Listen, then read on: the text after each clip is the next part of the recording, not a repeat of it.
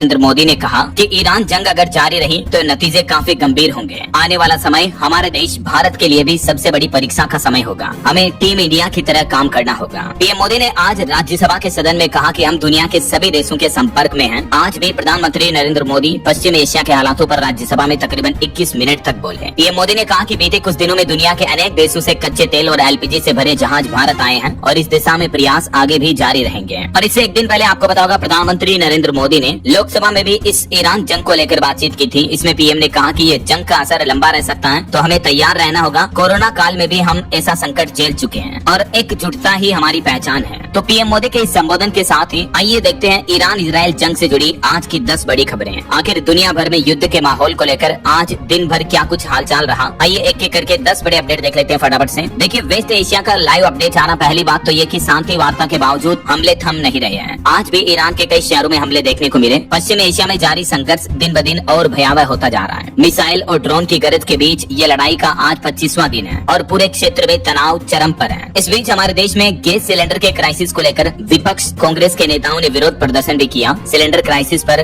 बिहार के 12 जिलों में कांग्रेस ने फूंका पीएम मोदी का पुतला। बिहार के समस्तीपुर में खाली सिलेंडर लेकर उतरी कार्यकर्ताएं केंद्र सरकार के खिलाफ नारेबाजी भी की। बिहार राज्य में गैस क्राइसिस को लेकर आज मंगलवार को कांग्रेस ने ये बड़ा विरोध प्रदर्शन किया कई अलग अलग जिलों में, खगड़िया, मुंगेर, समस्तीपुर समेत। ये कुछ तस्वीरें आप देख सकते हैं। इस बीच राजस्थान में ग्रामीण एलपीजी उपभोक्ताओं के लिए सरकार ने एक बड़ा फैसला लिया है। अब आप 25 दिन बाद ही नई बुकिंग करवा पाएंगे। कंपनियों ने पहले जो 45 दिन वाला ब्लॉक लगाया था, तो ये ब्लॉक राजस्थान में हट चुका है। यानी राजस्थान में अब ग्रामीण क्षेत्र के उपभोक्ता भी 25 दिन बाद अपना नया एलपीजी सिलेंडर बुक कर पाएंगे। करीब 10 दिन पहले आपको पता होगा कंपनियों ने रसोई गैस की किल्लत को देखते हुए बुकिंग की अवधि को बढ़ा दिया था, 45 दिन कर दिया। लेकिन अब शहरी क्षेत्रों की तरह ग्रामीण क्षेत्रों में भी वापस 25 दिन कर दिया। इसके अलावा देखिए आप उत्तर प्रदेश की यह घटना, हापुड़ में गैस सिलेंडर की लाइन में लगे एक युवक को हार्ट अटैक आया। उन्नाव में भी कई लोगों ने सिलेंडर की किल्लत के बीच हाईवे जाम किया। कानपुर में एक महिला बोली कि मर जाऊंगी तो क्या होगा। आज भी हमारे देश में कई जगहों पर कई राज्यों में गैस सिलेंडर को लेकर ये मारामारी देखने को मिल रही है। इस बीच कल जो मीडिया रिपोर्ट्स आई थी कि 14 किलो वाले घरेलू रसोई गैस सिलेंडर में सरकार अब 10 किलो ही गैस भर करके देगी, तो ये जो खबरें चल रही थी ये खबरें अफवाह हैं, सच नहीं है। पेट्रोलियम मंत्रालय ने कहा कि सप्लाई पूरी तरह से नॉर्मल है और हॉर्मुज रूट से 2 और एलपीजी गैस टैंकर भी रवाना हो चुके हैं। तो ये भारत के लिए एक अच्छी बात है। केंद्र सरकार ने एक बार फिर से बयान जारी करते हुए कहा कि भारत में एलपीजी और पेट्रोल की कोई कमी नहीं है। हॉर्मुज पार करके 92,000 टन गैस लेकर भारत आ रहे हैं 2 और जहाज। क्योंकि बीते दिन आपको पता होगा पेट्रोल की कमी की भी अफवाह फैल गई थी गुजरात राज्य में। उसके बाद गुजरात में कई पेट्रोल पंपों पर भी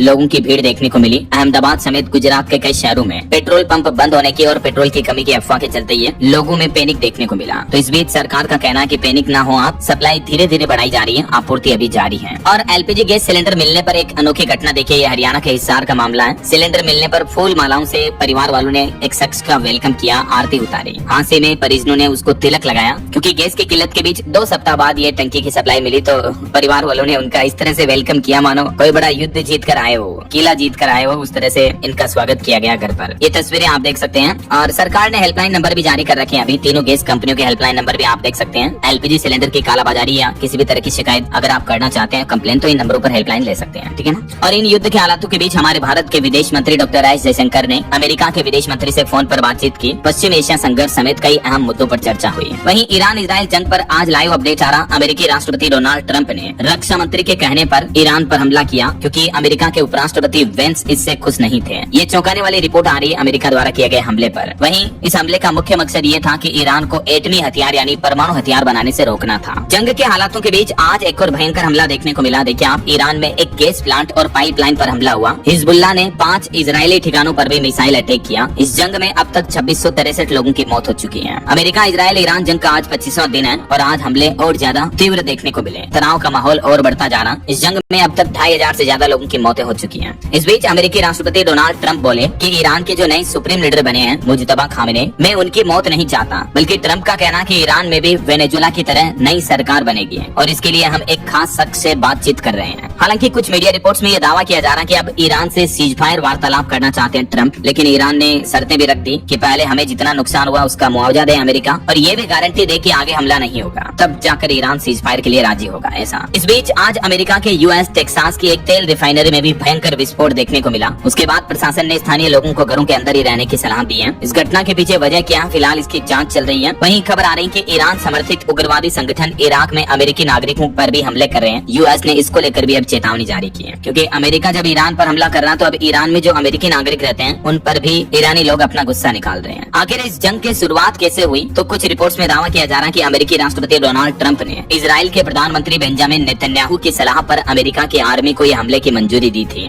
और खामेनेई को मारने के लिए भी इजराइल ने ही अमेरिका को मनाया था। ईरान युद्ध के बीच इजरायली मीडिया ने एक बड़ा दावा ये किया कि अमेरिका से बातचीत के लिए तैयार है ईरान के नए सुप्रीम लीडर मोजतबा खामेनेई भी। तो अगर ये बातचीत पूरी होती है, सीजफायर होता है, तो जंग के हालातों से थोड़ी राहत मिल सकती है। लेकिन ईरान कई सारी शर्तें रख रहा है सीजफायर के लिए, तो मुआवजा और तीसरे देश की गारंटी। ईरान ने युद्ध रोकने के लिए जो शर्तें बताई उसमें कहा कि हम सिर्फ अमेरिका के कहने से ही सीजफायर के लिए राजी नहीं होंगे, बल्कि तीसरे देश की गारंटी चाहिए हमें कि हाँ अमेरिका हम पर हमला नहीं करेगा ऐसा। इसके अलावा नुकसान की भरपाई के लिए मुआवजा तो चाहिए ही चाहिए। तो ये ईरान की कुछ प्रमुख शर्तें हैं सीजफायर युद्ध रोकने के लिए राजी होने पर। वहीं पश्चिम एशिया के संघर्ष में अब सऊदी अरब और यूएई भी कूदेंगे। IRGC ने कहा कि ऑपरेशन टू प्रोमिस का 78वां दौर शुरू हो चुका है। IRGC जो कि इस्लामिक रिवोल्यूशनरी गार्ड कोर्प्स है, ईरान की प्रमुख सैन्य एजेंसी है ये एक तरह से, उसकी तरफ से आज ये बड़ी घोषणा की गई है कि इस युद्ध में अब दुनिया के कई और देश भी शामिल होंगे। और ऐसे में अगर दुनिया की पावरफुल कंट्रीज इस युद्ध में डायरेक्टली उतरी तो जाहिर सी बात है थर्ड वर्ल्ड वॉर, तीसरा विश्व युद्ध भी शुरू हो सकता है। एक चौंकाने वाली रिपोर्ट तो ये भी सामने आ रही कि रूस ईरान को खुफिया मदद दे रहा। हमारे पास इस बात के सबूत भी हैं। यूक्रेन के राष्ट्रपति जेलेंस्की की तरफ से ये चौंकाने वाला दावा किया गया। यूक्रेन के राष्ट्रपति जेलेंस्की का कहना है कि रूस जो है वो ईरान को खुफिया जानकारी दे रहा है। उनका कहना है कि इस मदद से ईरान युद्ध में टिका हुआ है, रूस का बैकएंड सपोर्ट है, इस वजह से वैश्विक अस्थिरता बढ़ रही है। और इस बात के सबूत भी मिले हैं कि सरकार जो मतलब रशियन गवर्नमेंट है वो ईरान को खुफिया सहायता दे रही है और ये सहायता विनाशकारी साबित हो सकती है दुनिया के लिए, ये कहना है यूक्रेनी राष्ट्रपति जेलेंस्की का। कुछ और इंटरनेशनल न्यूज अपडेट देखिए आप। ईरान और अमेरिका के बीच दूरी मिटाने में अब कुछ मुस्लिम देश भी जुटे हैं। इस्लामाबाद में इसके